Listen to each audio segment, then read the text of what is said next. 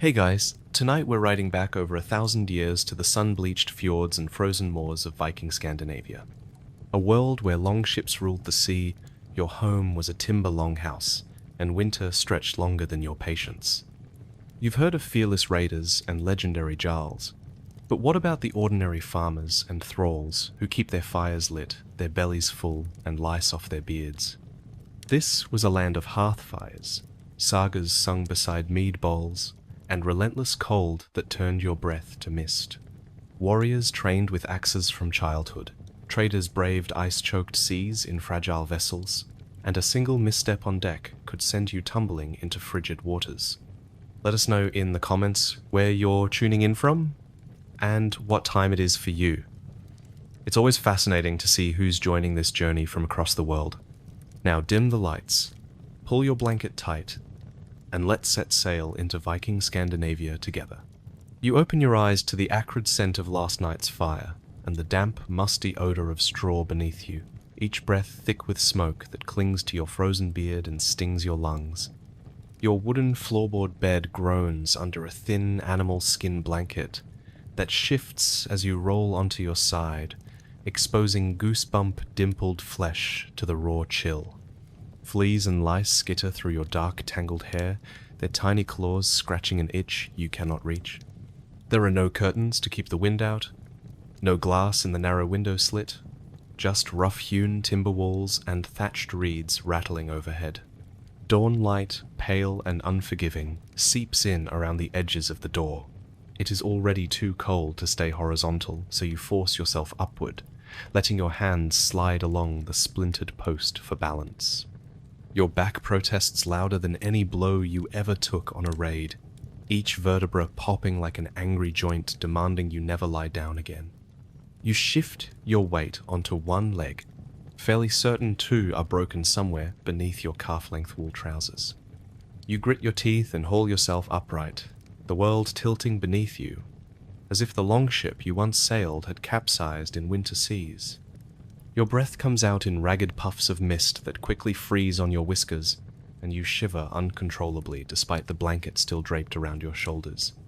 The hall is silent, except for the distant cackle of a raven and the soft drip of melting icicles outside. Stepping into the main chamber is like walking into a living furnace after a frostbite nightmare. A massive hearth dominates the center, its coals glowing dimly beneath a film of ash. You lift a lump of smoldering wood with a sour groan, pressing it against fresh logs to coax a spark.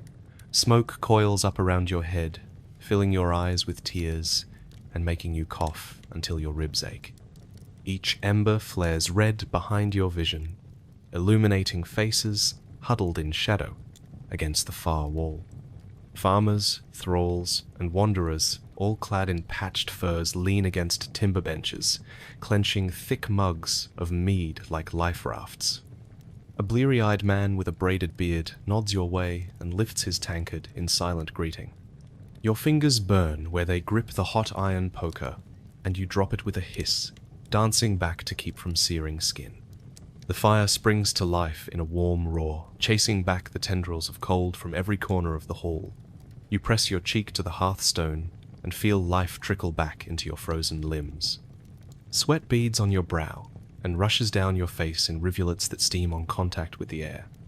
You rub at your hair and realize it is matted with sweat, soot, and unmentionable debris from last night's feast.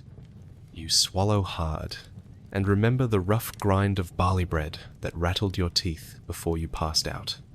Somewhere behind you, a thrall with a missing finger grunts as he drags a deerskin across the floor, shaking loose another cloud of dust and lice.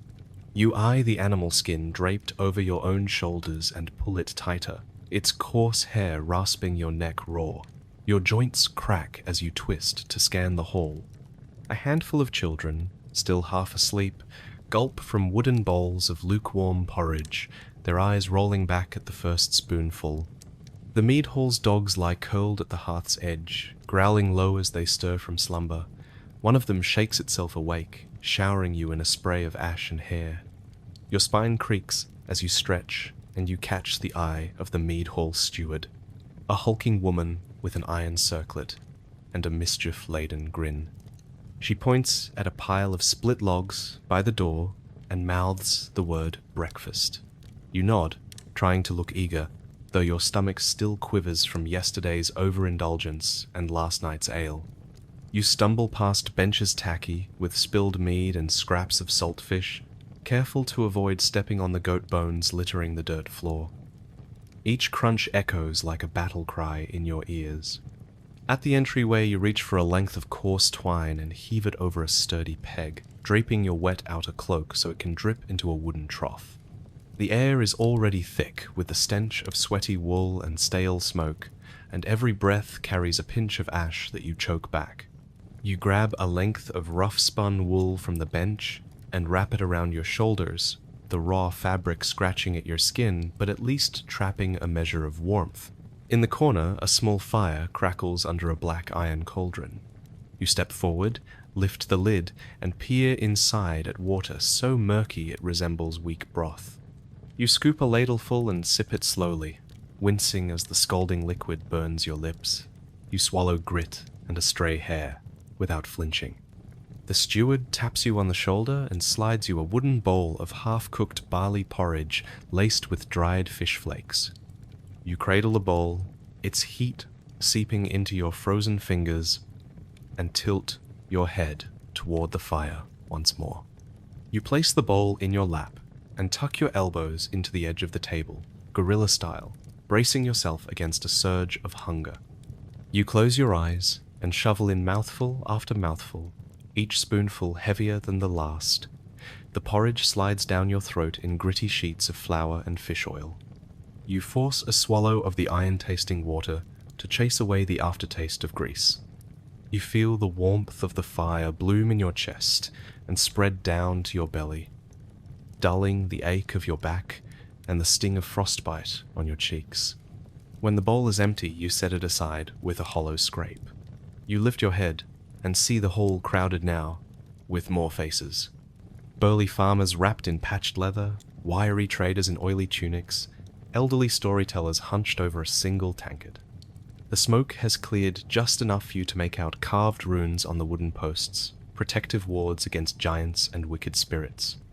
You swallow and remind yourself that these are the people you have wedged yourself between to survive in the steppe. You wipe your mouth with the back of your hand and steel yourself for the next ordeal. You stand, bones popping like distant thunder, and heft your axe and shield from where they lean against a peg. You slide your arm through the leather strap and let the weight settle into muscle memory. You take one final long look around the smoky hall, where embers dance and giants might lurk in every shadow. You let the warmth of the hearth bolster your courage before you step back into the cold dawn, your frozen beard crackling with each breath, ready to face the scouring winds and whatever the day has in store. You step out of the mead hall into a biting wind that knocks the smoke from your beard in sharp gusts. The dawn sky is an angry purple smear above the jagged roofs of timber longhouses clustered around a frozen well. Your cloak is still damp where it dripped in the trough, and it clings to your shoulders like a second skin. You pull the heavy wool tighter around you and follow the steward's glare toward the row of half-frozen livestock penned against a thicket of driftwood logs. Your first task of the day is to fetch water before the sun thaws the ice crust over the well.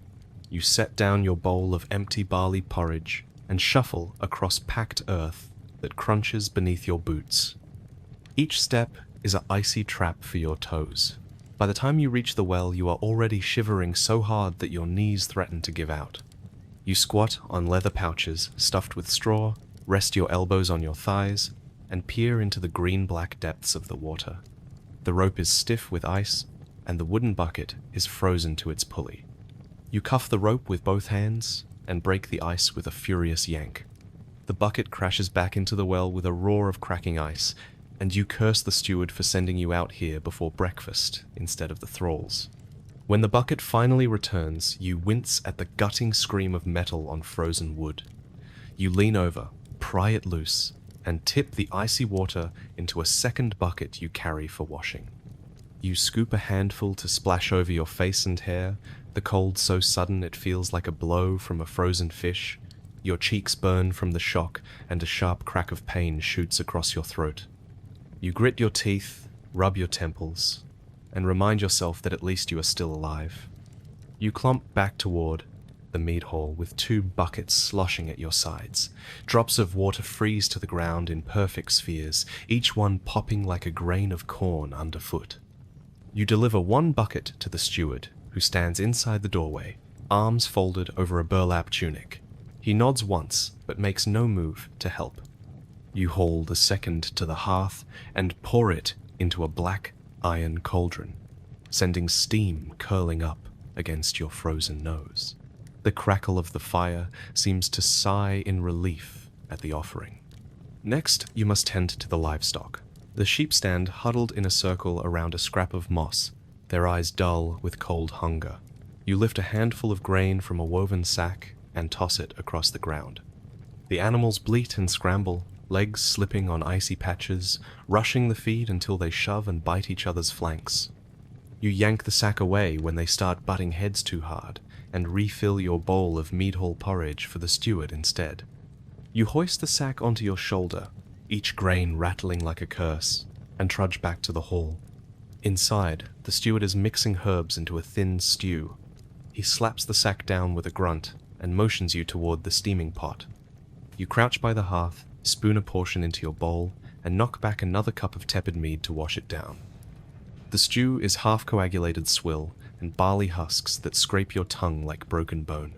You swallow each mouthful with the solemnity of a funeral rite and refuse to let your grimace show. Now, clothed in damp wool, belly aching, you move to your next duty.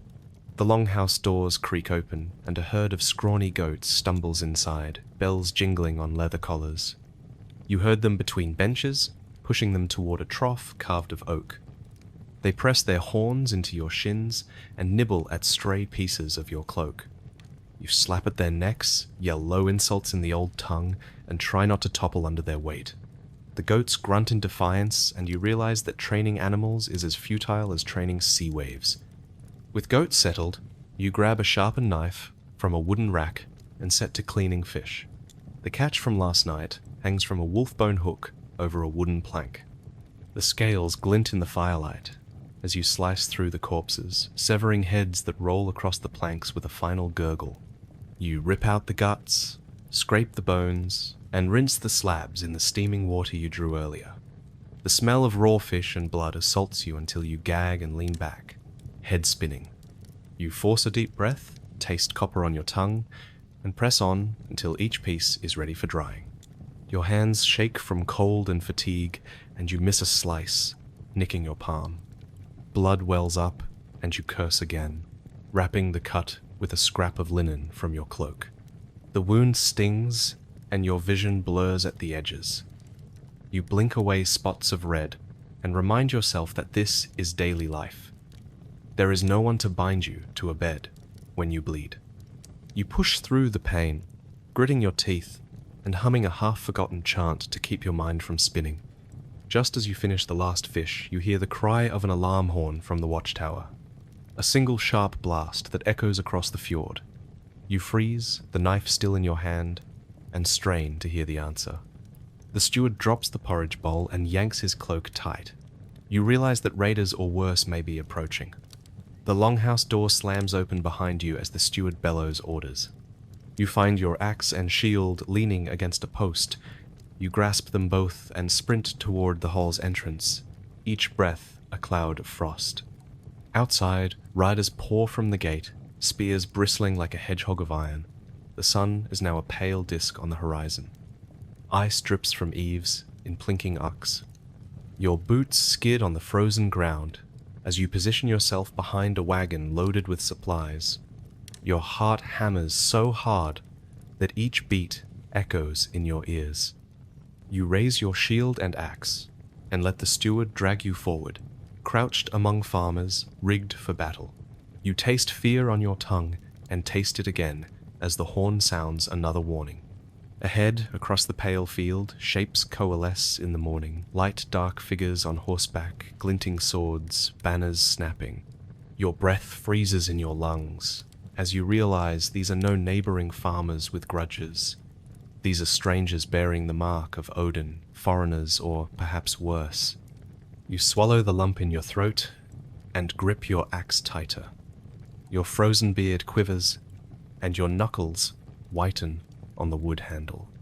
You find the courage only survival demands, and step forward into the chill dawn, ready to face whatever fury the steppe hurls at you this day.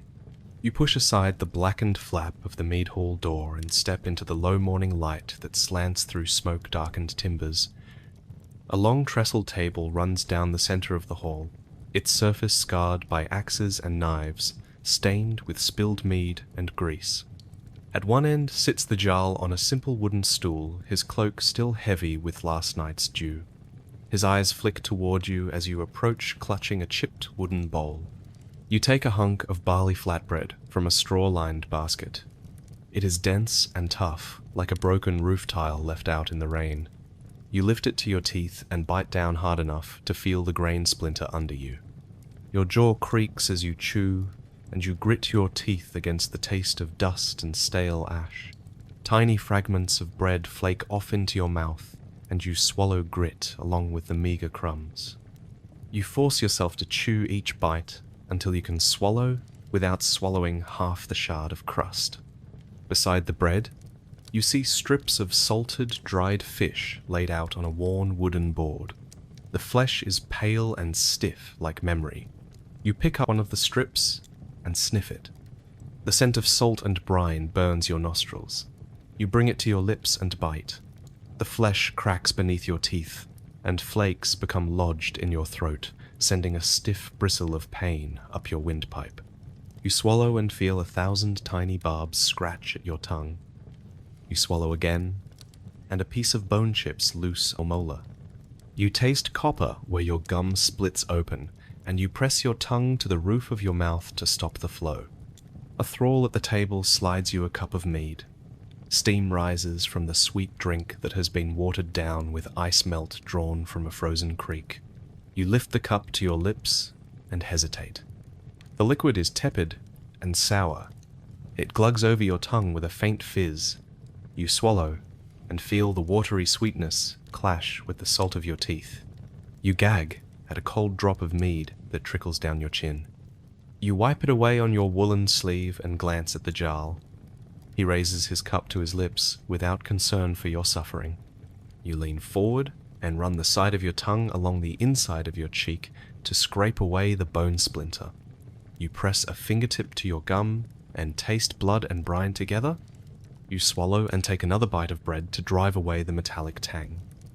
You crunch down despite the ache because refusing to eat in the Jarl's hall would be an insult punishable by public shame or worse. You swallow half a shard of fish and scowl at the meager breakfast laid before you. Around you the others eat in grim silence. Some hoe farmers pressed into service during winter raids, others are seasoned veterans of the Jarl's expeditions. They chew with stoic faces that betray no regret, no pity, no hunger. A dog lies beneath the table stealing crumbs when he thinks no one is watching.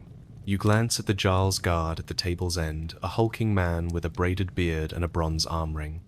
His spear leans at his side, and his eyes never leave you. You realize that every swallow you take is a concession to survival and to the will of those who hold power. You force another bite of the hard bread into your mouth and press your back against the rough plank bench to steady yourself. The bread tastes of dust and old fires. You chew until your jaw throbs and swallow with difficulty. You chase it with a mouthful of fish, but it only makes the taste more acrid. You reach out and fill your cup again with mead, hoping the sweet liquid will wash away the grit and bone, but it is still cold and thin. You raise the cup to your lips and drain it in one motion. The mead slides down your throat and warms your chest momentarily before the cold returns. You smack your lips and set the cup down with a thud. A blade-scratched groove in the bench edge cuts your thigh as you shift. You tug your tunic down and ignore the sting. You glance at the pile of bread fragments and fish skins at the center of the table. They grow smaller by the minute, but the hunger in your belly remains a hollow ache. You remember the spring barley fields you tilled last summer, the sweat on your skin, the sun on your shoulders, and you wonder if you would trade this life for that one again. Then you remember the raids, the burned villages, the dead friends, and you swallow hard against regret. You scoop a final mouthful of bread into your fingers, hold it between two fingers, and let it drip mead lightly before biting. The bread is slightly softer now that it has soaked a moment. You feel the edges crumble less harshly, and you chew more easily. You smile a little as the softened crust gives way, and you swallow without tasting dust. It feels like progress. Across the table, a trader with a weather-cracked face scoops fish into his own bowl and looks at you. He eyes your bandaged hand left from last week's raid. You nod curtly and he offers you a strip. He holds a spear in his other hand. You accept. His fish is chewier than yours, but at least it flakes less, like broken glass. You bite into it and feel the texture give once before you swallow. You swallow grit again, but the trade-off is worth the fewer bone shards. The Jarl stands and booms an order. The hall falls silent. You rise on aching legs and rest your bowl on the bench. You feel the sting of frozen sweat crusting the hairs on your cheeks. You glance around and see the others pick up similar bowls of porridge, thickened with dried fruit or goat cheese, if they are fortunate. Your bowl is empty. He wants you to move on to the next task, without complaint. You drain the last drop of mead from your cup and set it aside. You glance at the steam rising from the hearth and feel its warmth encourage you one last time. You look at the Jarl again, and he nods. You have eaten enough. You have survived breakfast. You step back and leave the hall behind you, the cold air biting at your neck and wrists. You carry the stiff bowl in one hand and tuck your other hand into your belt. Where a strip of bread remains, you will save it for later. You step onto the chopped stone floor just outside the door, the dawn chill sharper now that you have left the firelight. You raise your collar against the wind and dip your head toward the farm sheds where the next chores await. Your stomach still grumbles, but your jaw no longer aches quite so badly. You tuck the bowl under your arm. You clench your fist around the bit of bread. You turn to face the day.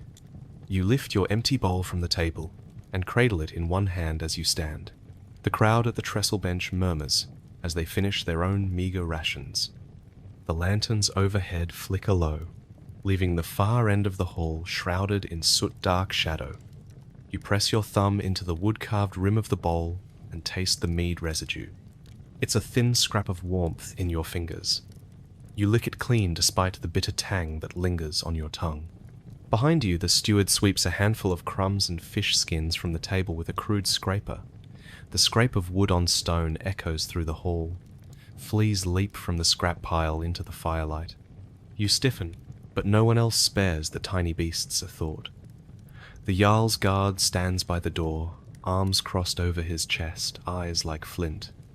You divert your gaze to the flagged stone floor, wet from sloshed mead and drippings of porridge. Each step sends water and gristle sloshing across your boots. You duck your head so that the Jarl does not catch you studying him. He stares into the flickering hearth with an expression as unreadable as carved stone. A place of warmth for you now feels like a cage. You let yourself imagine the outside sunrise, pale and ruthless, promising frostbitten cheeks and numb fingers. Better that cold than this choking stench of fish sweat and burnt barley. The thralls begin to rise from their benches. Their shoulders are hunched and their tunics are stiff with last night's grime. They will be hauling logs, draining fish traps, mending nets. You follow their lead. You sling your empty bowl behind your belt and slip past the guard's spear point. The moment your feet touch the chill of the packed earth beneath the doorframe, your body shivers again. You step into the courtyard where packhorses huddle under a shelter of planks. Smoke from the hall's hearth drifts out the open doorway, mixing with the morning mist. You dodge a lean goat that scampers past you, horns clacking against the wooden posts. It bleats once before bolting into a scrawny dog, sending the animal yelping across the mud. You flip a glance at the stalls where foals stamp their legs and horses nick in hunger. Your first chore is to carry water to the forging shed. You retrieve the bucket you left by the hearth and follow a thrall toward the well. Each step you take feels heavier than the last. The bucket is half filled with ice-cold water that rattles against the sides as you walk. When you finally lift it by its rope handle, your fingers burn from the raw chill. You grit your teeth and tuck the handle under your arm to spare your hand further agony. At the forge, you tip the bucket into a trough and call out to the smith. He is a mountain of a man with arms thick as tree trunks. He nods without looking up from the glowing iron he pounds on an anvil. Sparks shower your boots with orange embers that hiss out on contact with the ice crust beneath your feet. You shuffle back to the well for another bucket and curse your luck at being chosen for such a thankless task immediately after breakfast. By the third trip, your legs protest, and your water-soaked cloak sticks to your back like a wet sheet. You can taste the fish vinegar mingled with metal in the water and the porridge dust in the air. You force yourself to take one more bucket despite the sting in your shoulders and the cold burning your lungs. After you deliver the final bucket, you are ordered to carry chopped firewood to the hall. You grab a small armful of splintered logs and stagger back toward the warmth. Each log is heavy from frozen sap that drips in thick black droplets onto the ground. When you reach the door, you stumble, nearly dropping your load. The guard's spear tip nudges your back, and you hasten inside. The hall's fire roars to life at your approach, steam rising from every log you lay on the hearth. You kneel to pick up your empty bowl, but the steward has already swept it aside. Instead, he thrusts a rough-spun rag in your hand. It has been dipped in warm water to wipe the tables. You snatch it and begin to scrub the mead ring stains from the wood. The rag is coarse and smells of old fish oil. Your hands prickle as you rub, the grain of the wood scoring your skin. You rinse the rag in the trough by the door, dunking it again and again until the water turns a dark brown. A boy tumbles in, half asleep, clutching a wooden platter of goat cheese and dried berries. He barks your name without looking at you. You lift your eyes and see the platter wobbling in his arms. He spills half the cheese onto the floor before you can catch it. You crouch to scoop it up, and a shard of rind cuts your palm open. Blood wells at the nick, and you press the rag over the cut, tasting metal on your tongue. You grit your teeth and finish wiping the bench. The rag is now soaked and stiff. You drop it in a bucket of water to soften, splashing the sides and knocking over the pail. Water spills across the floor in dark rivulets that trickle toward the hearth. You curse under your breath, but do not dare to complain aloud. The Jarl's laughter rumbles from his seat at the end of the hall. He watches you with amusement as you mop and stumble. You force yourself to meet his gaze. He nods once, a faint sign of approval in his stone-cold eyes. You drop the broom and stand, hands now trembling from cold water and exhaustion. Your stomach roils as the porridge dust and fish bones settle in new pools of acid. You place a fist against your belly and swallow hard. You realize that despite the meager breakfast and the chores and the cuts you have just endured, your hunger remains a low gnaw. You glance at the warm hearth and long for a cup of mead, but you dare not ask. Instead, you step back into the courtyard, where the morning sun has burned away some of the frost. You rub your hands together and let the few remaining embers of warmth linger. You glance at the longship moored beyond the pier, its bow rising and falling on the frigid water. You know that soon you will be ordered to push off into the fjord, to face the endless grey wave and the rime-choked wind. But for now you stand among the logs and the trough and the goat droppings, your stomach aching in protest, your palms still bleeding, your bowl long since emptied. You let the sun feel on your face, a momentary mercy, before you turn toward the hall once more to continue the day's grim routine. You step out of the longhouse into a white world so silent the only sound is the crunch of snow beneath your boots. The sky is a pale slate grey, and the pine trees stand like sentinels draped in heavy snow. Your breath puffs in front of you in clouds that vanish in an instant. You pull your woolen cloak tighter around your shoulders and trudge toward the stream, each step sinking knee-deep into powder so cold it feels like 1,000 tiny knives against your legs. Your linen shift drags wet with yesterday's sweat and snow. You swallow against the lump in your throat and force yourself onward. After 100 ragged paces, you reach the bank where the ice ends and water roars over hidden stones. A ragged hole in the ice gapes like a black mouth waiting to swallow you. Steam rises where the water meets the air in angry tendrils. You set your cloak and shift on a fallen log, each piece of clothing stiff with frost. Your boots stick to the wood as if glued. You pull them off one at a time and shake out the snow. Your toes burn whenever they meet the cold air. You stand in your shift, shivering already, the thin linen clinging to your legs. Your heart hammers against your ribs as you stare into the swirling current. The wind cuts across the clearing in sharp gusts that whip through your hair and bite your skin. You grit your teeth and step forward, each foot sliding on the icy bank. A single misstep sends pain up your spine. You bend and plunge into the hole, water searing your calves like fire. The roar of the stream fills your ears, and you gasp. The cold steals your breath, and your lungs contract in sudden shock. You kick backward until your shoulders are submerged, water crashing against your chest. Your teeth chatter like wood blocks in a forge. You fling your arms to keep from slipping under. The current tugs at your shift, pressing it tight against your skin. You gasp and fight the urge to curl into a ball. You beat the water with your hands until you find a shallow shelf beneath the surface. You press your toes against rocky ground and lurch upright. Your skin erupts in goosebumps that feel like spider legs crawling over your flesh. You raise one arm and slip your hand under the ice fringe. Each finger freezes solid where it touches the rim. You rip your hand back and let out a sound somewhere between a howl and a sob. You grit your teeth and steel yourself for the next step. You lift your shift and use your teeth to unlace the waistband of your trousers. Each movement sends fresh torrents of icy spray across your back. You grip the bar of sheep fat soap the steward pressed into your hand a moment ago.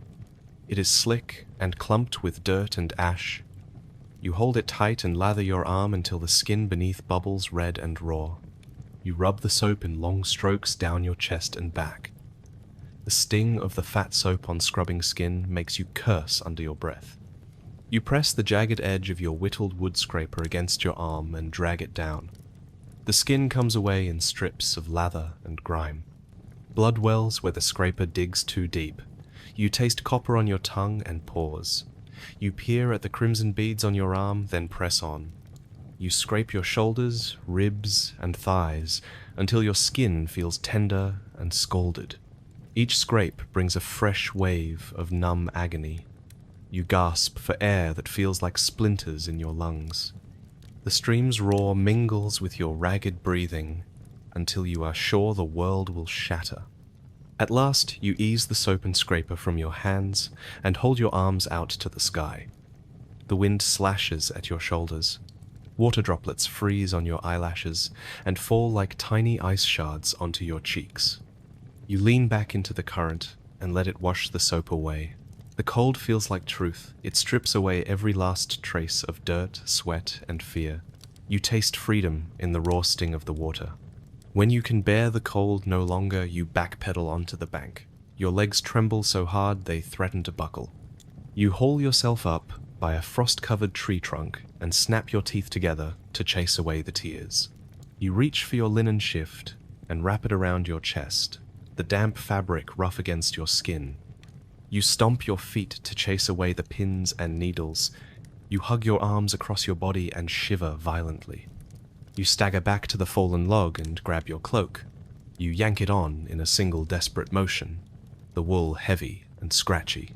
You wrap it around your shoulders twice, and knot the ends at your throat. The moment the cloak settles, you feel a measure of warmth flood your bones. You press your palms to the chest of the cloak and breathe deeply, savoring the faint scent of lanolin and sweat. You lean against the log, chest heaving, ice crystals forming at your hairline. The world tilts softly around you as your muscles unclench. You stare into the swirling water, suddenly alive with exhilaration and pain. Your skin burns so fiercely that every breath feels like a brand. Yet beneath the agony, you feel something fierce and clear. You taste courage in the cold. You pull off your shift, wring it out, and lay it on a nearby rock to dry in the passing dawn light. You step into your trousers and boots, your limbs stiff and aching. You tug the cloak more tightly and turn toward the longhouse. Each step a triumphant claim on life itself. The day awaits with its chores and battles, but right now, you are whole, you are real, you are more alive than you have been in your life.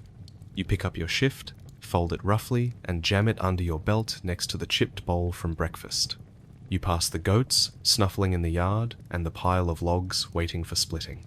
You pause a moment and let the memory of the stream's roar echo in your mind. You carry that echo with you as you march back into the cold world.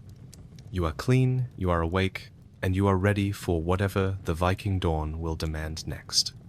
You press your back against the rough bark of a pine stump and close your eyes, feeling your heart pound in your ears. The world is a rush of cold and warmth that fights for space on your skin. You taste pine sap on your lips and feel the sting of the wind tugging at your damp hair. You wrap your cloak tighter and let your eyes drift open. The sky is paler now, the wind gentler, as if even the air is recovering from last night's storm. Your body aches from the freeze and the scrapes, your chest still burns where the stream washed over bruises and old scars. You lift one arm to your nose and inhale the faint, smoky scent of last night's fire mingled with snowmelt and sheep fat. You lean toward a pile of driftwood split for kindling and press your cloak into the softest part of the wood. The rough fibers catch at the wool, snagging bits of frozen fleece that cling to your cloak. You drop to one knee and remove your belt, loosening the cloth straps that hold your trousers in place. Each movement sends fresh jolts of pain up your spine. You shrug out of your wet shift and let it fall in a sodden heap on the snow. You lift your cloak overhead and shake it once, sending a small avalanche of powdery white from its folds. You drape it over the log again and stand upright, blinking at the brightness of the waterlogged linen. Your trousers fall to your ankles and you peel them off, leaving you in your undershift. The shivering that began in the stream returns with a vengeance, rattling your teeth and buckling your knees. You wrap one arm around your chest and keep your other hand pressed to your belly, as if warding off the cold. Your skin feels raw, each pore a gaping mouth, inhaling winter's bite. You hear footsteps crunching toward you and look up to see the Jarl's guard stride across the yard. His boots are thick and his cloak is lined with fur. He nods curtly, his breath a plume of smoke that drifts away on the wind. You nod back, your fingers still clutching at your shift. You watch him draw near, waiting for whatever mockery or command he will offer. Instead, he simply tosses you a length of coarse linen and spins on his heel to rejoin the others. You catch the linen before it drops and wrap it around your shoulders like a shroud. You tie the ends beneath your chin and tug at the folds until only your eyes, nose, and mouth are exposed. The makeshift cloak traps enough body heat to still the tremors. You press your cheek against the wool and breathe, tasting the grain of the fabric against your lips. Your next task is to reapply grease to protect your skin from frostbite and windburn. You reach for a lidded wooden box tucked in the snow at your feet. Inside is a lump of sheep, fat strained of bristles. You push your fingers into the soft mass and scoop out a handful. The fat is cool and slick, gliding between your fingers in a greasy smear. You press it against your skin and rub it in circular motions, working from your cheeks down to your collarbones. Each circle brings a fresh wave of warmth that fights the sting of the breeze. You move methodically, coating every exposed patch of skin in a thin layer of grease. You smear it across your shoulders and collar and press it into the nape of your neck. You draw your cloak tighter around your head, sealing the edges of the linen to trap the grease beneath. The fat leaves a faint smell of lanolin and cooked meat on the air, a lingering reminder of your own living warmth. With your skin greased and your cloak in place, you turn your attention to your hair. You kneel by the log and retrieve a small comb carved from bone. The teeth of the comb are worn and uneven, stained dark by sweat and soap scum. You lift a fistful of hair and begin to comb through the tangles. Each pull sends a sharp pinch through your scalp. You grit your teeth and press on, yanking the comb through knots that no bath or scraper could loosen. From time to time you pause and flick away clumps of matted hair that have been shed by your head. The handfuls of hair rest in the snow like defeated birds. You press the comb against your scalp and scrape again, searching for any remaining bits of soap or grime. You wonder if this is truly clean, or merely a new state of filth. When the comb no longer snags, you lift your hand and brush off the last flakes of hair from the bone. You tuck the comb into a pocket of your shift and pat down the front of your hair to smooth the wild tufts into something resembling order. The wind tugs at your newly tamed locks, loosening stray strands that whip across your brow. You press your fingers against your forehead to hold the hair back. A glaucous haze hangs over the fields now, the sun hidden behind a sheet of clouds. You wrap your cloak firmly around you and rise to your feet. The world looks different through your own cleaned eyes. The glare of the snow sharpened and the forest lines crisp against the sky. Your breath puffs once more, not in shock but in resilience. You step forward to retrieve your shift and pause for a moment to let the new sensations settle in your bones. You feel a strange lightness in your chest and a keen awareness in your limbs. The bitter cold no longer feels like death. It feels like proof of life. You smile to yourself, a crooked flash of white teeth that sting with cold and adrenaline. You slide your shift back on, tugging the damp linen over your head and letting it cling to your skin. The fabric feels tight, but you welcome the snugness. You fasten the ties at your neck and waist. You press your hands across your belly and rub in gentle circles, massaging warmth back into the muscles that froze during the plunge. You pat your sides and let the grease and heat mingle beneath the layers of cloth. With your shift replaced, you retrieve your trousers and pull them on. The wool stretches around your thighs and calves. You hike them up and sweat beads at the small of your back where they rub. You step into your boots once more, the leather soft from last night's warming fire. You tie the laces and pull the breeches over the tops, sealing out as much snow as the cuffs will allow. You lift your cloak from the log and shake it free of excess snow and stray hair. You drape it across your shoulders and adjust the linen wrap so that only your eyes poke out. You look at your gloved hands, noticing that the frigid numbness has receded to a dull ache. You open and close your fists, letting warmth flood back to your fingertips. A thrall passes by, carrying an armload of split logs to the hearth. He nods at you, his breath ragged with exertion. You nod back, feeling kinship in the shared misery of the cold dawn chores. You step off the log and pack the shift into your belt under the cloak, securing it so it will not slip free. You lean into the wind and test its strength. It presses you back a step and whispers through the forest. You raise your face to the sky, letting the wind caress your cheeks, now greased and protected. You breathe in deep, as if the very air can renew you. You feel alive with purpose. You taste pine and snow and the faint tang of blood from your scraped arms. You taste victory in simple survival. The steward's horn sounds in the distance, a resonant blast that carries across the yards. It is the call to work. You know the next tasks await.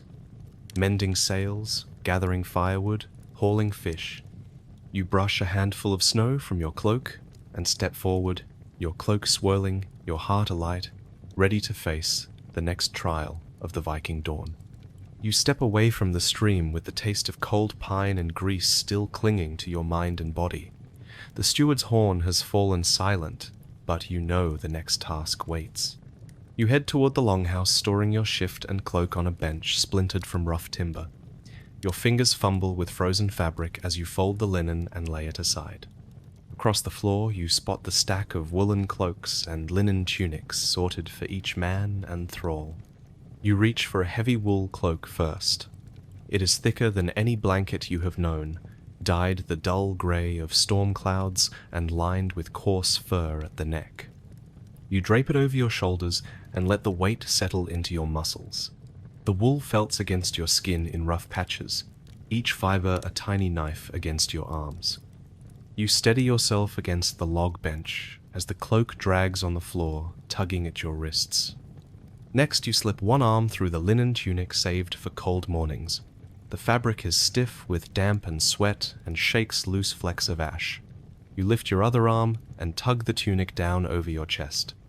The neckline scrapes your collarbone and the cloth bunches under your belt, pulling tight around your waist. You step side to side, testing the tug, and feel the linen bite into your lower ribs. Still, you welcome the layer of warmth it provides against the wind. A bronze brooch glints on the bench. You lift it and grasp its pin between calloused fingers. You press the pin through the cloak's fur collar and twist it to lock the cloak in place. The metal presses into your flesh, and the cold metal stings like an insult. You adjust the brooch to sit higher, and the cloak falls in heavy folds around your legs. You clamp a second brooch to hold the other side together, closing the wool around your chest into a makeshift mantle. Your next challenge is the boots. A pair of leather boots stands waiting at the door, crudely tanned and still stiff from autumn's bath in river water. The leather crackles as you bend down and slip your foot inside. Your toes jam into the narrow toe box, and the leather stretches only where it chooses. You sit on the bench and yank the laces tight, each tug pulling the leather seams taut until your feet burn. You tie the final knot and stand, ankles locked in rough straps. You shift your weight from one foot to the other, trying to coax the leather to soften. Each step brings a fresh pinch as the boots bite into your skin at the arch and heel. You grit your teeth and press forward, forcing the boots to give. Your trousers pull and wrinkle under the leather cuffs, waving in the chill breeze that slips through the open doorway. Despite the pain, you know these boots will keep your feet from frostbite when you trek across frozen fields. Behind the boots waits a woolen hood the color of raven wings. You lift it and slip it carefully over your head, the inside soft with goat hair but the edges rough against your neck. You pull the hood down until only your face peeks out from its circular opening. The wool rubs at your throat each time you turn your head. You grit your teeth against the chafe and press your chin against your breastbone to protect your skin. You glance at your reflection in a pool of melted water pooled by the hearth. The heavy cloak frames your shoulders like the edge of a dark sea. The linen tunic juts out below the mantle, its folds stiff and angular. The boots cinch your legs into rigid pillars. The hood throws your face into shadow, highlighting the gaunt lines on your cheeks. You barely recognize the figure staring back, yet something fierce shines in your eyes. You lift your arms and feel the cloak's sleeves catch at your elbows.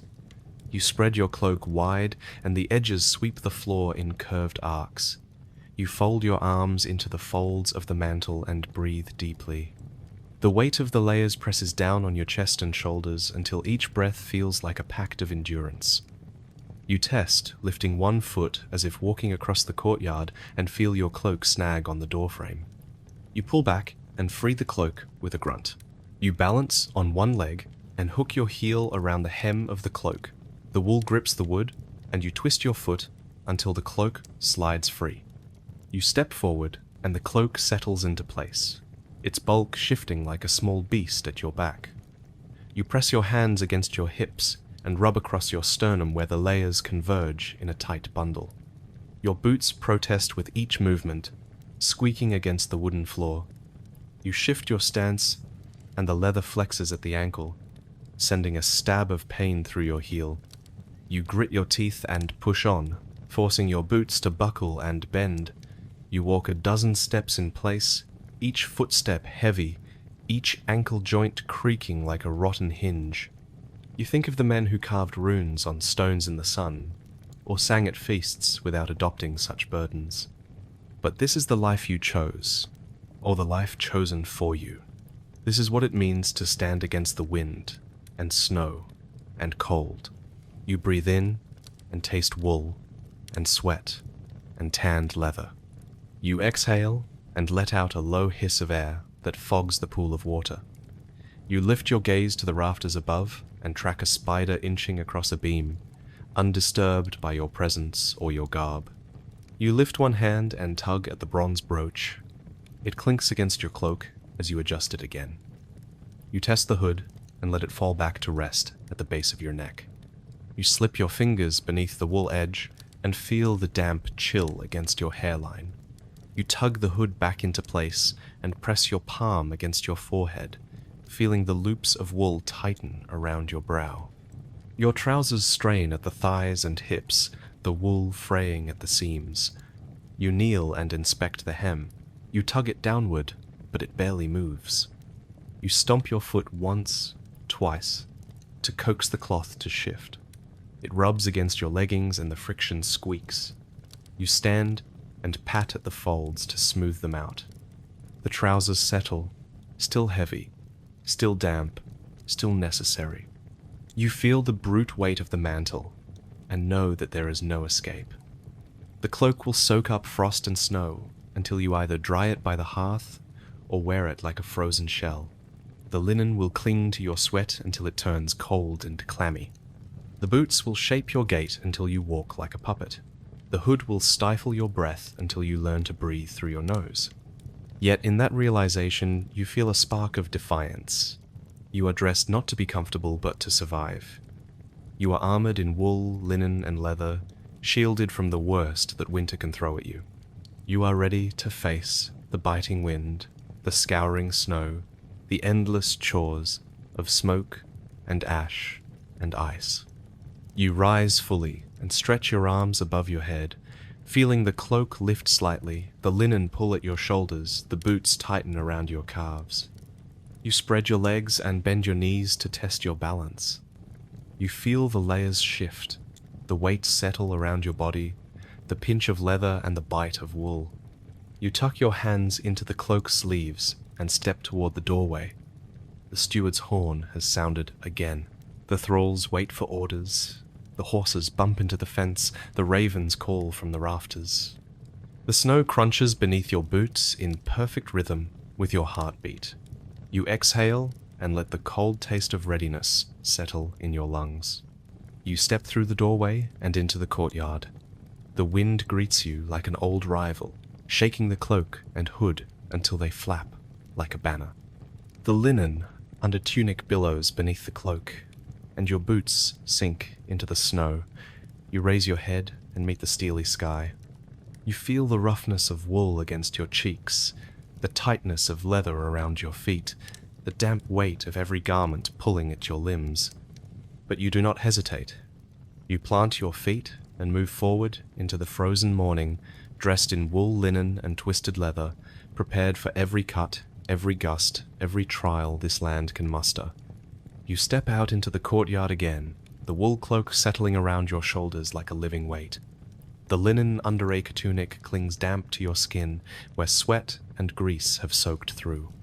Your leather boots crackle against the ice-setcher-packed ground, each step accompanied by a muffled groan. The morning sun is still low, a pale slit on the horizon, and frost clings to every railing and tool. Ahead of you stands a neat pile of split logs, each chunk waiting to be stacked by the hearth. You bend at the waist and grab the first log. It is colder than any stone you have touched, its bark stiff with ice. The weight of the wool and leather pulls you forward as you lift it. Your back protests in low, angry pops, but you force the log onto your shoulder. The cloak shifts and pinches where the bronze brooches sit.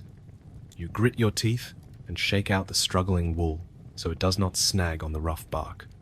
With the log balanced, you stride toward the hearth, the leather boots pinching at your toes with every step. You place the wood against last night's embers and hear the coals crack with relief. You don't pause to admire the fire or to enjoy warmth. You pivot on one heel and return for another log.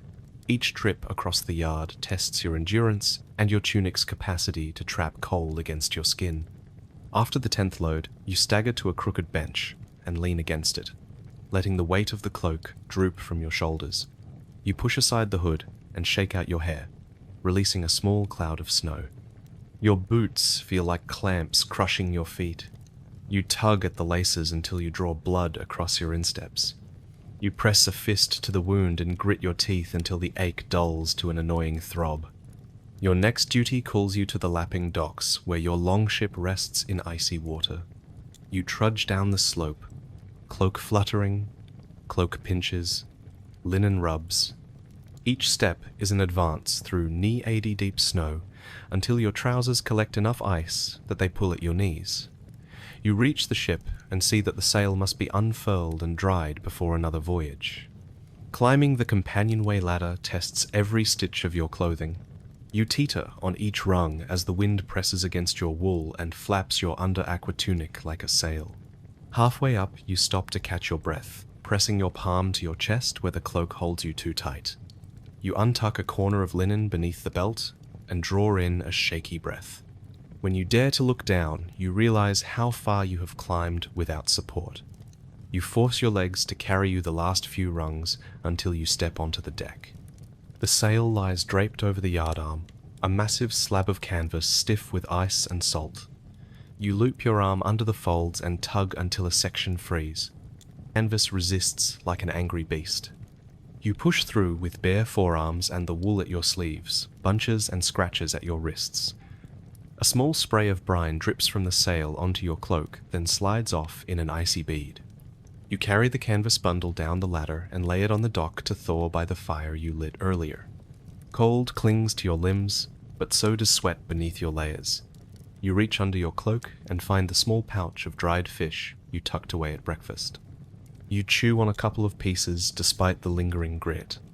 The fish offer little flavor beyond salt and determination. You swallow and continue on to the next task before your muscles remember the ache. You arrive at the smithy where the fire rages hotter than any summer sun. The iron glows molten red on the anvil. You move closer, letting the heat scorch your hood until the inside crackles. You know the cloth beneath will catch fire if you linger. You grip a pair of tongs handed to you by the burly smith and clamp them around a length of glowing metal. The moment you lift the iron, the weight of your cloak and hood drags at your balance. You stagger back, nearly dropping the tongs into the coals. The smith snarls and snaps the iron free, yanking you closer to reprime your grip. You turn the iron rod over in your grip and watch it lose its glow. Each rotation brings a fresh sting as sparks shower your boots. You clamp a hammer in your free hand and bring it down on the rod. The impact shakes your arms through the wool and leather, joints rattling like loose chain links. You hammer 2 more blows before the smith nods and takes the iron away, leaving you to wipe sweat and soot from your brow with the back of your hand. Your under tunic is clotted with ash, your cloak is scorched at the sleeves, and your hood is stiff with soot. You taste metal on your tongue and feel the ache in your shoulders settle into a dull burn. You turn and follow the smith's nod toward a stack of shields waiting to be repaired. Each shield is made of overlapping planks held together with bent iron. The wood is splintered from last year's raid. You heft one shield and press it against your torso. The leather straps dug into your forearms and pulled at your cloak. You thread your hand through the first strap and tug it tight. Your fingers fumble with the second strap because the wool at your cuffs catches in the buckle. You bite back a curse and yank your sleeve free, risking frostbite on your bare skin. With both straps fastened, you swing the shield onto your back and bend to inspect the damage. You pull forward a section of cracked plank and scrape at the broken wood. Splinters spill onto the dock like sawdust. You trace the fracture lines with a koala soot finger and nod. You lift the shield off your back and reset it on the bench. You grab a handful of rawhide thongs from a bucket and begin to weave them through broken planks. Each tug requires more force than the last because the rawhide is slick with grease.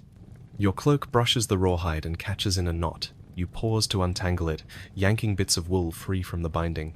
Each bit you free pulls an angry thread. You brush at the fabric and watch a tiny cloud of gossamer fibers float away. You feel the shield buck in your grasp and push it back against the bench. You finish lacing the rawhide and tie a knot that you hope will hold through the next storm. The sun has climbed higher now, and your layers feel heavier with fatigue. Your boots hold damp snow against your feet, your linen under a tunic mops up sweat that cools into clammy cold. Your cloak drapes lifeless and sodden. Still you stand and pick up another shield. You glance at the longship docked beyond the smithy, the thawing sail spread out on the wood. Soon you will be called to row or to stand guard. You press your palm against the shield's surface and feel the rough wood under your grease-smudged fingers. You taste ash and salt in your mouth. You let the weight of the shield settle onto your back and look down the dock. You realize that dressing in layers was only the beginning. Now each movement must negotiate cloth and leather, wool and metal, bone and sinew. Every task you perform captures a struggle not only with wind and cold and ice, but with your own clothing. And yet, you would not trade this life for any other, because each mended shield, each dried sail, each split log is a testament to survival. You lift your gaze and fix it on a distant point beyond the fog. You lift the shield from its place on the bench and clamp the straps around your arms. You pivot on one foot and step down the dock, cloak swaying, boots creaking, tunic bunching. You carry the shield like a burden you have already conquered. You breathe in and out, wind and smoke and cold and sweat mingling at your nostrils. You take the next step and carry the shield into the uncertain morning, armor of wool linen and twisted leather shaping each movement, each struggle, each breath of the day. You step into the training yard before you even know what's happening, mud squishing under your boots and steam rising from the ground where last night's frost is giving way to sunrise. A farmer beside you shoves a timber shield into your hand without warning, and a bellow from the drill sergeant sends you forward in a ragged line. Your shield clatters against the next man's wood on wood, and you lock edges as if you were born to it. The shields are heavy, thicker than any door you have ever seen, and you brace the strap against your forearm, teeth clenched, as the sergeant shouts the first command. You raise your axe high above your shoulder, the head so thick it feels like a millstone dangling from a rope. The handle creaks under the weight, and already your biceps tremble with the strain. The sergeant's eyes glint with satisfaction at your discomfort. He orders you to bring the axe down on the chopping block again and again, and each swing sends a shock through your spine. Mud splatters at your feet, sprayed by the impact, and you taste grit on your lips as rain or sweat drips from your brow. You swing the axe. Lower. Swing again. Lower, the rhythm broken only by the sergeant's counting voice. You lose track of the number of blows, but remember the burn in your forearms, the stinging of cold sweat freezing on your skin, and the ache in your shoulders that promises to haunt you until dusk. Each swing is a negotiation between gravity and muscle, and gravity is winning. Still, you push on, driven by a stubborn refusal to be the weakest link in the wall of shields.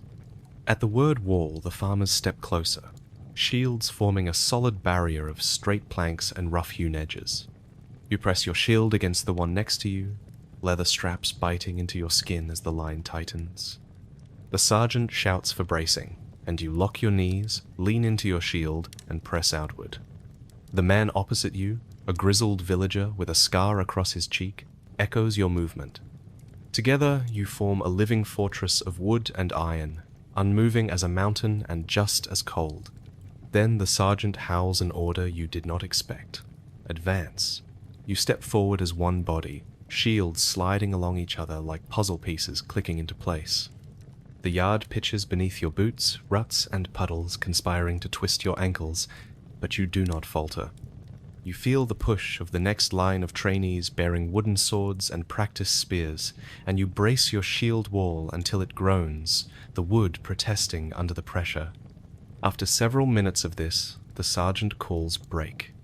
The line collapses in a tangle of shields and axes, each man gasping, shoulders heaving, eyes glazed with exhaustion. You lean your shield against the chopping block and sink onto a log, every muscle in your body quivering like loose stones. You close your eyes for a moment and feel the world spin gently around you. Sweat drips off your chin and freezes on your tunic before it can fall. No sooner have you caught your breath than the sergeant slaps you on the back so hard you stagger forward. He barks for axe practice and you stumble back to the chopping block. the log awaits with another score of wood chunks screaming for cleavage. You pick up your axe again, arms trembling, and kneel to grip the handle with both hands. You taste iron on your tongue, and remember every bruise that aches when you move wrong.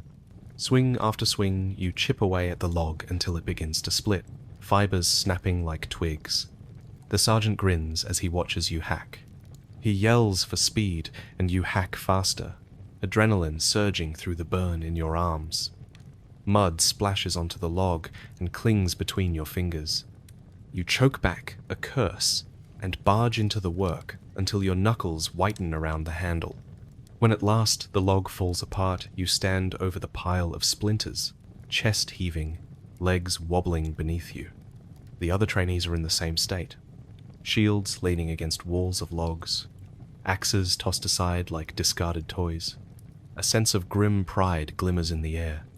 You realize modern gym burnout has nothing on this ancient mud bath. Every muscle in your body is alive with pain, each breath a victory over fatigue.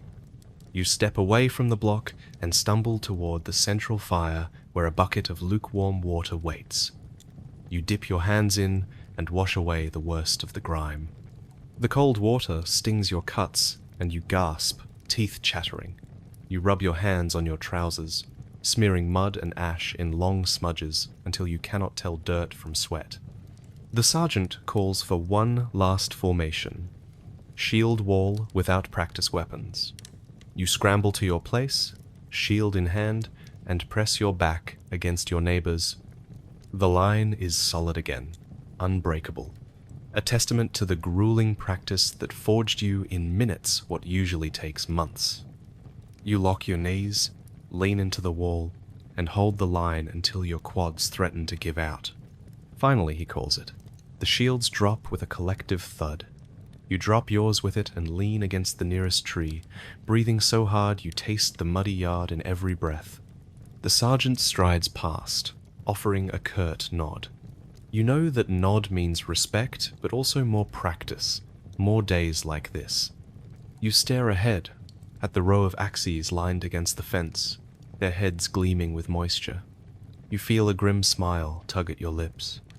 You swallow, taste grit and adrenaline, and step forward. You know that tomorrow you will do this again. Every morning you will trudge into the mud, lock shields, swing axes, and grind your strength against the land itself. There is no escape from the ache, no mercy for the weak. And as you stand in the yard, shoulders trembling with exhaustion, you realize this is the crucible that will either break you or make you more alive than you have ever been. The sun has climbed higher but offers no real warmth in the training yard. You wipe a gloved hand across your forehead and taste salt and soot. Around you, the ground has turned to a slippery mire where dozens of boots have churned snow and mud into a grey paste. You push back the hood of your cloak and blink sweat from your eyes. The sergeant stands before you, with his arms folded and his face shadowed beneath his helmet. He points toward a row of men carrying paired axes. You drop to one knee and grab the first practice axe by its iron butt. The head is dull and rounded for safety, but it still carries weight that pulls at your shoulder. You rise with a grunt and line up alongside your fellows. The sergeant barks a word, and you raise the axe overhead. The cold air catches under your arms as you breathe in. You sink into a half squat and then explode upward, driving the axe handle down with all the force you can muster. The wooden target block ahead quivers beneath the impact. You bring the axe up again and again, each blow sending a jolt through your spine. By the 10th strike, your arms are shaking so badly the axe threatens to slip from your grasp. You grit your teeth and dig your heels into the mud, willing your knees to hold. You force another swing and feel the handle vibrate in your palms. A fine spray of wood chips rises in the air with a sharp crack. You let your breath out in a hiss and knock the axe against the block once more for good measure. The sergeant nods but says nothing. He turns and points to the next drill. You lock eyes with the farmer to your right. He holds his shield at shoulder height and waits for the command. You step forward until the edge of your shield presses against his. You press your own shield outward at the same moment, testing the strength of the wood and leather. The shields scrape together in a groan of friction. You feel his hand on the inside strap slide against yours. For a fleeting second, you sense the weight of his arm braced beside yours, the promise of solidarity in the line. Then the sergeant's whistle pierces the air, and you both leap forward. Shields crash edge to edge as you advance across the yard. Each footstep sinks into the muck. You slam a shield into a barrel set as a target, and hear splintering wood. You pivot and brace at the next man's shield, as if facing an invisible enemy. Your cloak flaps wildly in the wind and catches on the edge of a sharpened stake. You wrench free with a curse and shove back into the line. After the push, the sergeant orders axe recovery. You twist to grab your practice axe and spin back into position in one fluid motion. The shield remains in your left hand, tipped slightly so you can see past its edge. You raise the axe again. The practice sweeps distant echoes of war rather than the real thing. You bring it down in a flurry of motion, cutting the air in neat arcs meant to train precision. You feel your shoulders scream in protest. Your breath comes fast, each inhale a battle against fatigue. The sergeant walks the length of the line, inspecting every blade arc, every shield angle. When he reaches you, he taps the edge of your shield with his spear tip. You wince at the sting and meet his gaze. He nods in approval and moves on. You press your lips together in relief that it was only the spear touching your shield and not something far worse. Then he calls a halt and orders recovery. The men slump forward, shields resting on the ground, axes held loosely at their sides. You wipe your forehead on the back of your wrist. The fabric is soaked with grease and sweat. You peer down at your boots and see the mud sucking at the leather, threatening to peel the soles free. You dig your heel into the ground and pry off one boot to free the worst of the sludge. Cold water bursts in through the sole and sends a jolt up your leg. You let out a breath you didn't know you were holding. No sooner have you righted yourself than the sergeant barks that it is time to advance in formation again. You slip your boot back on and lace it as quickly as your numbing fingers allow. You slip your axe handle into the leather loop at your hip and lift your shield. The line comes together again in a heaving mass of wood, leather, and wool. You lock shields once more. This time the sergeant tells you to pivot left as one body. You swing your foot outward, shield shifting, cloak flapping. You feel the mass of men behind you lean in the same direction. Your ankles protest against the cold. You plant your shield into the ground and pivot back. The sergeant whistles and calls for a full circle sweep. You step forward and raise your axe above your head, turning in place as if dancing with the other trainees. Each rotation you keep your shield leveled before you, a spinning wall of planks. The axe head swings with its own momentum, a pendulum of muscle. You feel wind tug at the cloak that weighs tons but moves like ragged wings. When the sweep ends, the sergeant has a final drill. He calls for shields down and axes ready. You press your shield at chest level and lift your axe for the kill stroke. He shouts and you lunge forward, thrusting the axe at a padded target held by an instructor. The faux target pitches under the blow, and the instructor stumbles back, narrowly avoiding your swing. You freeze, axe raised, then lower it with the rest of the line. The sergeant steps forward and surveys your work. He nods at your shield stance, at the deep groove you cut in the block, at the sharp arc of your axe swing. Then he turns and shouts, "Enough!" The line collapses into loose clusters of men, each gasping for air. You lower your shield and slide your axe back into its loop, the metal singing softly.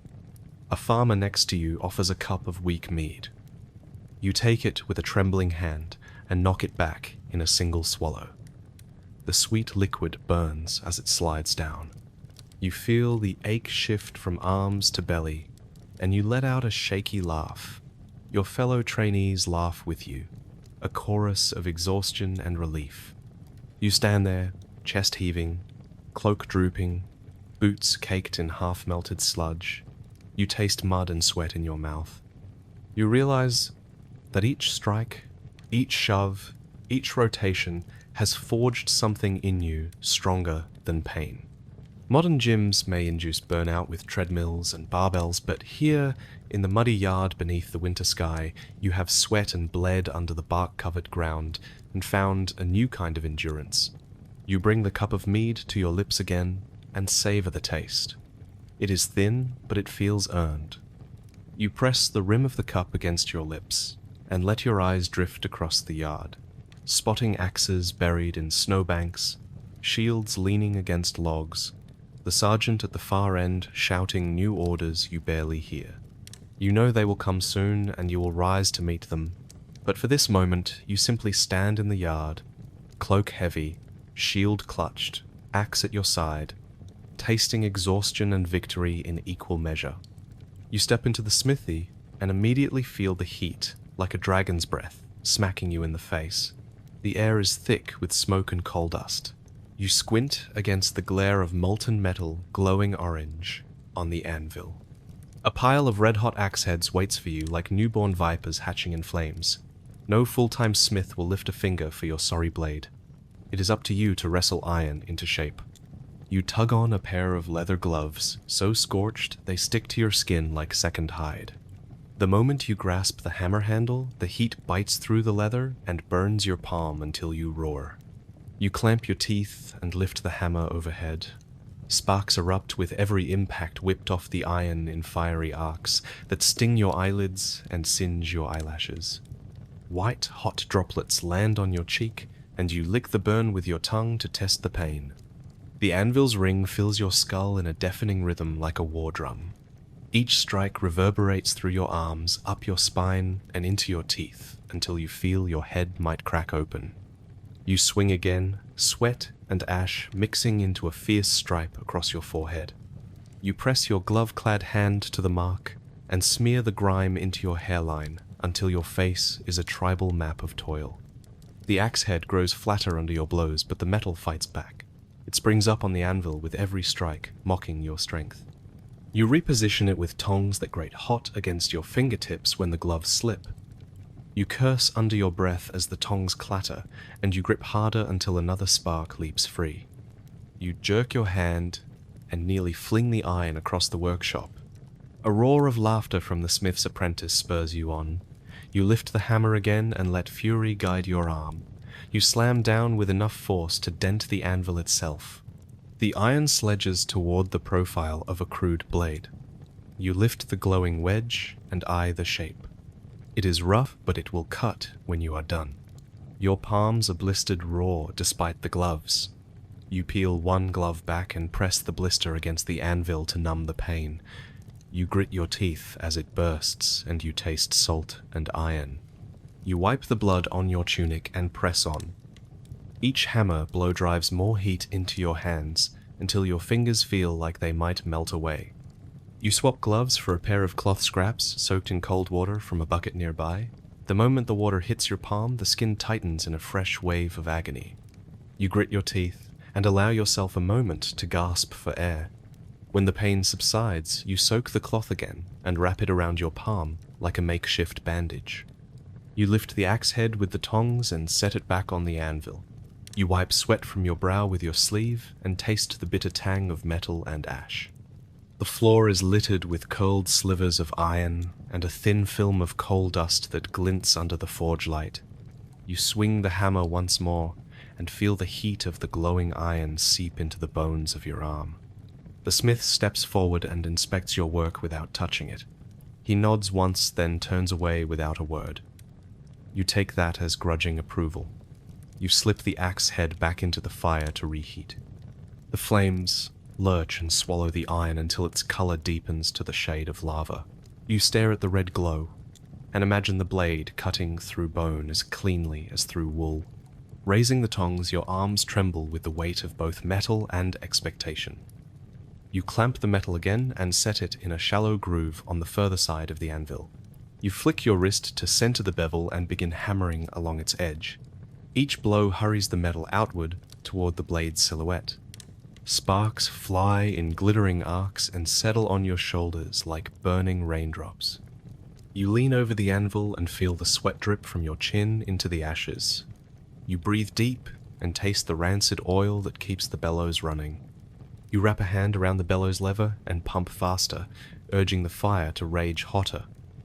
The forge roars, and the heat cycles through the workshop. You wipe the moisture from your eyes and step back as the flames flare higher. You reach for a small leather pouch tied to your belt. Inside is a handful of talcum-like powder of crushed coal ash meant to soak up the hottest glare and protect your skin. You pinch a mouthful and toss it across the axe head. The powder smolders and blackens under the heat, lending a dull sheen. You press the hammer down to flatten the near-finished metal, and then inspect the curve with a nod. A shriek of metal on stone rings out as you shift the blade to the grinder wheel. You push the edge along the spinning stone, sparks erupting like fireworks. Each pass takes off tiny metal filings that float in the air and lodge in your nostrils. You breathe shallow to avoid inhaling the cloud and hold your breath when you pass the grinder past your glove.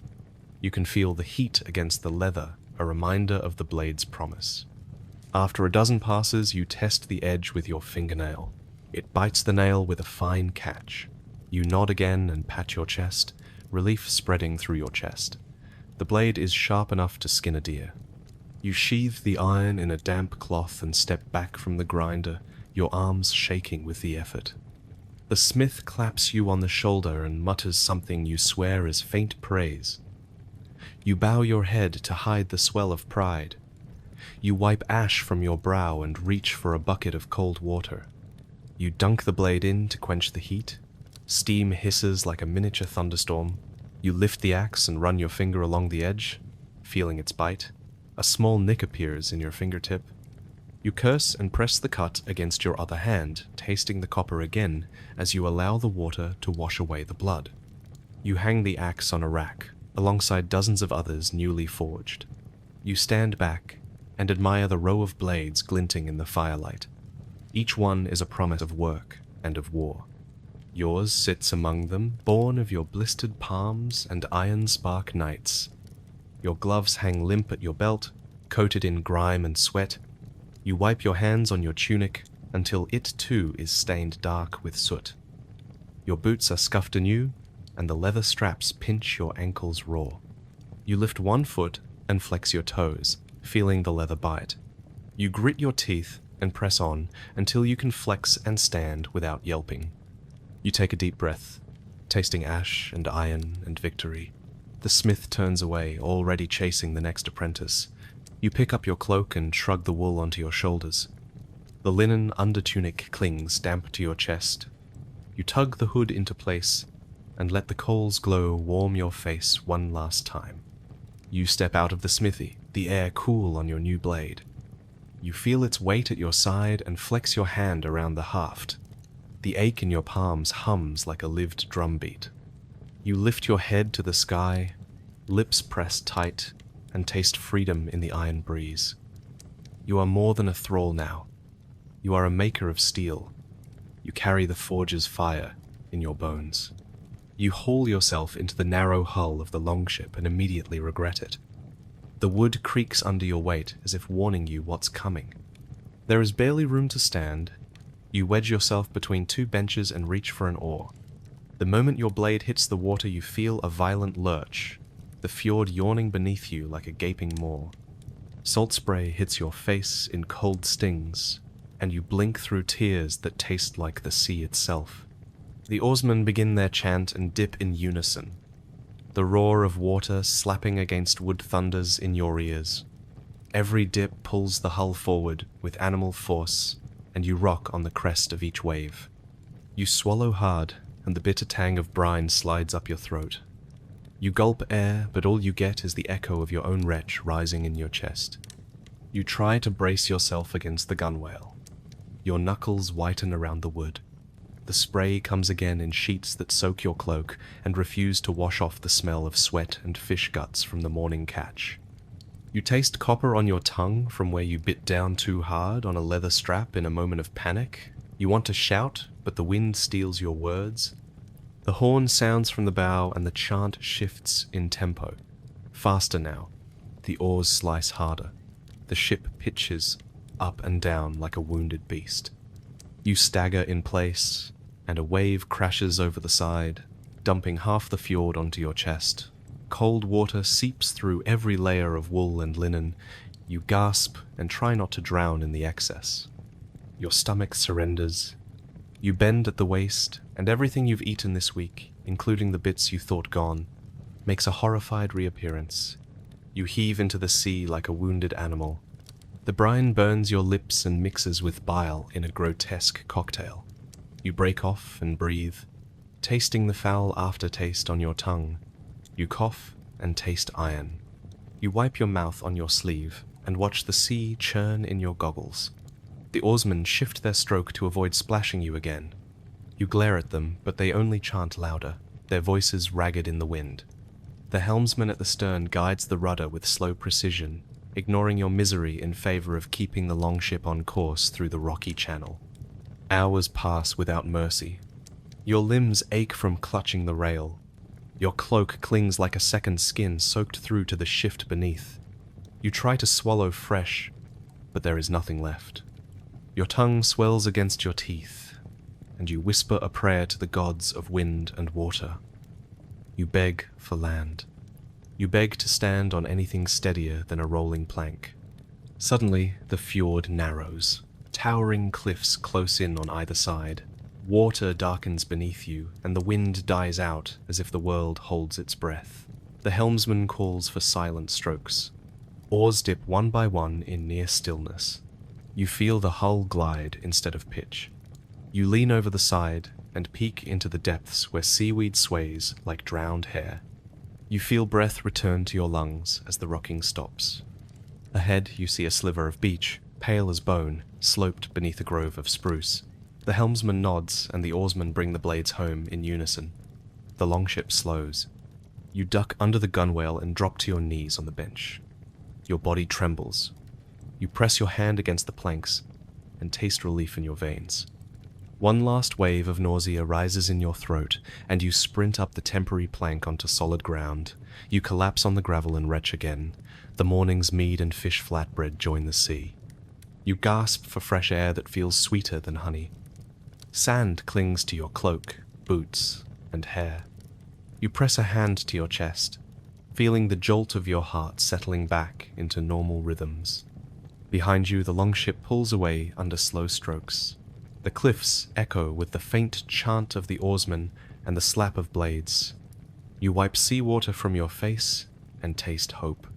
You stand unsteadily and scan the shore. A handful of driftwood promises a fire. You stumble forward, leaving the cursed rocking hull behind. You breathe in deep the scent of spruce and wet stone, and for the first time in endless hours you feel your stomach unclench. You lift your head to the sky and let the breeze dry your tears. You taste salt on your lips, but it no longer burns. You stagger onward toward the trees, barefoot on the cold pebbles, praying that terra firma holds long enough for you to remember what solid ground feels like. You stumble from the water onto the muddy bank, and immediately feel the shrill cries of alarm slicing through the dawn air. A low wooden fence lies splintered at your feet, its posts kicked aside as if by a drunken giant.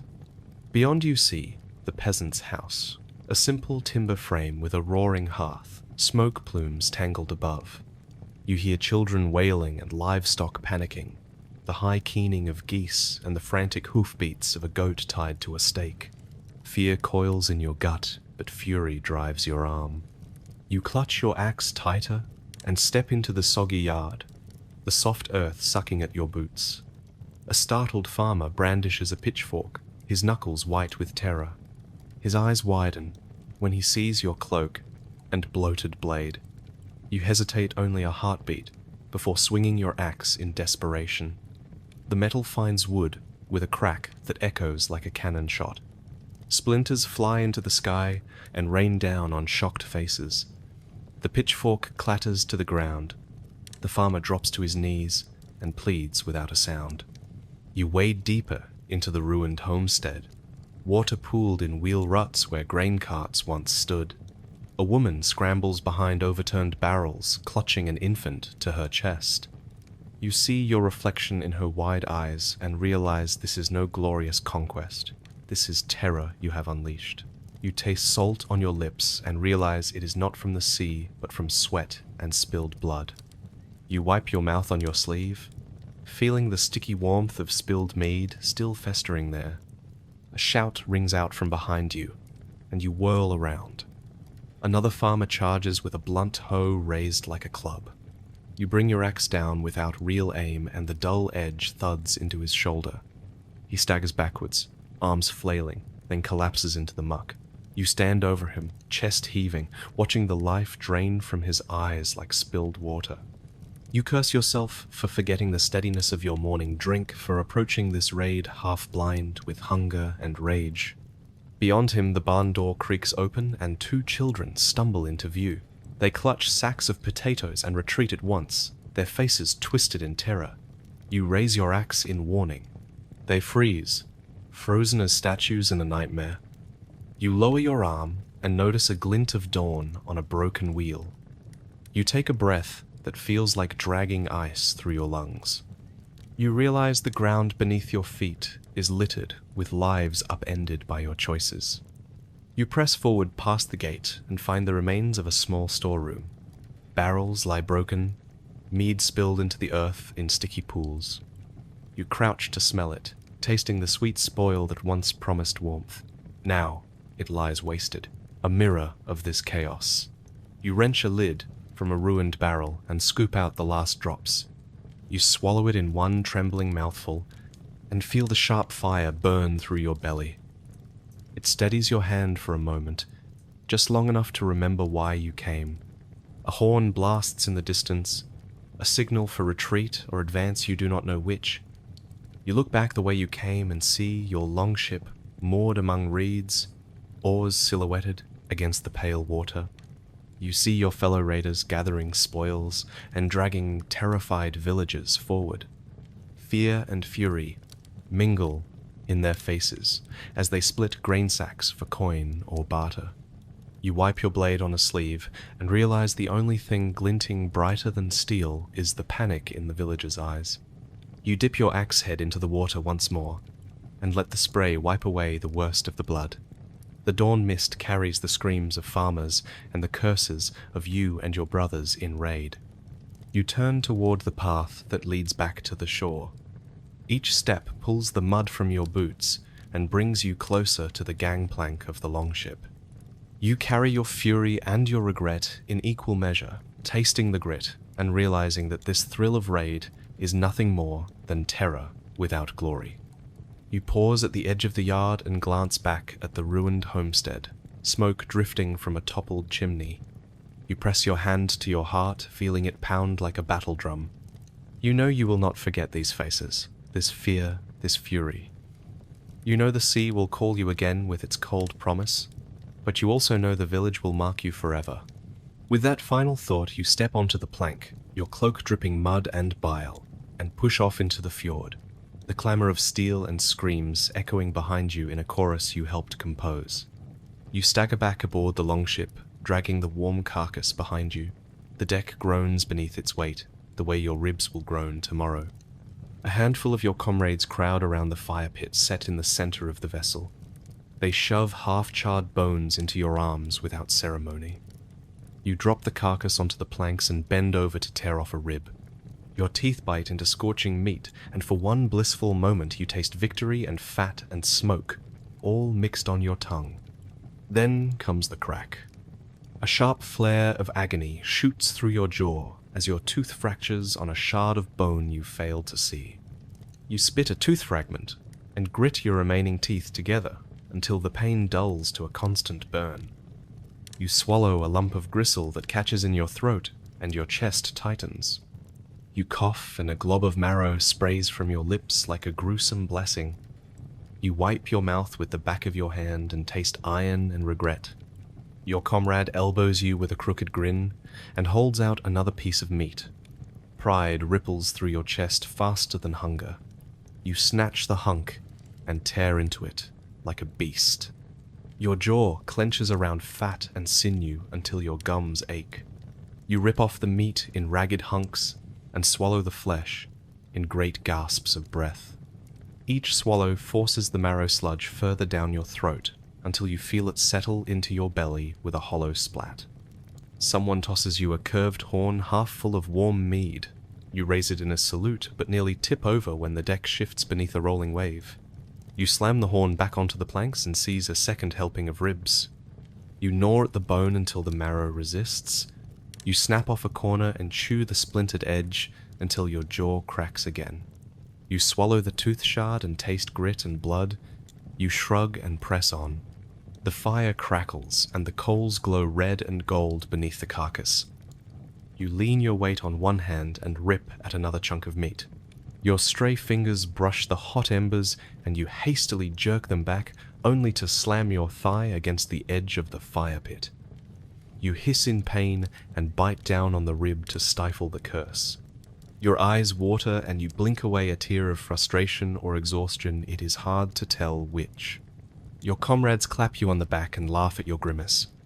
They call for more meat for the broken jaw warrior, and someone tosses you a new rib hewn from the largest bone. You catch it mid-air and balance it in your teeth. You bite down, and a shriek of pain turns into a growl of triumph. You swallow the meat and smack your lips on the lintel.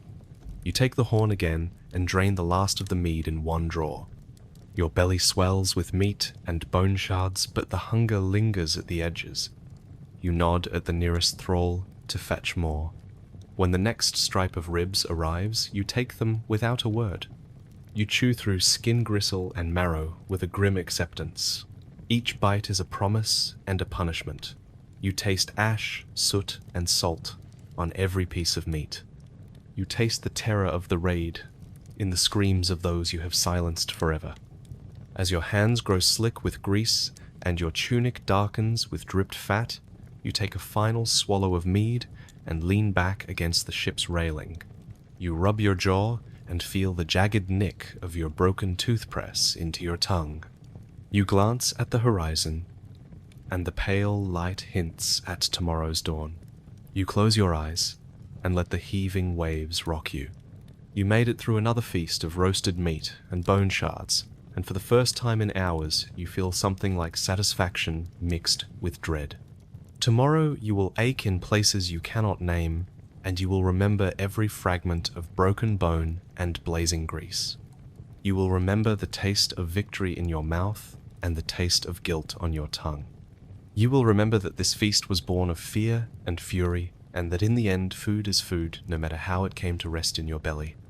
You settle onto a low bench carved from a driftwood trunk and pull your leather hood low over your brow. The sailcloth canopy overhead flaps in the wind like a wounded bird. Each gust rattles the supports and sends a shiver through the whole ship. You press your back against the rough wood and hug your rusty blade close to your chest for warmth. Farther up the beach, the watchfire sputters in the night air. Its glow barely reaches past the pile of driftwood that serves as a barrier against high tides. You step forward and poke at the coals with the tip of your blade. A fresh spark flies up and vanishes into the darkness. You lean over to add a scrap of kelp and watch the flames leap for a moment before settling back to their dull orange glow. The wind carries a low howl from the rocky crags above the inlet. You stand and scan the tree line where dark shapes drift between the pines. Every snapping twig sounds like an enemy stepping closer. You grip the blade until your knuckles whiten and wonder whether frostbite or wolf fangs will claim you first. You sit again and press your cheek into the hood. The leather is stiff and chilled, but it holds back the worst of the gale. Your fingers trace the grooves of the blade's worn hilt, and you remember the forge fire where you shaped the metal with blistered palms. Now the same blade feels like a silent promise against the wolves that circle in the dark.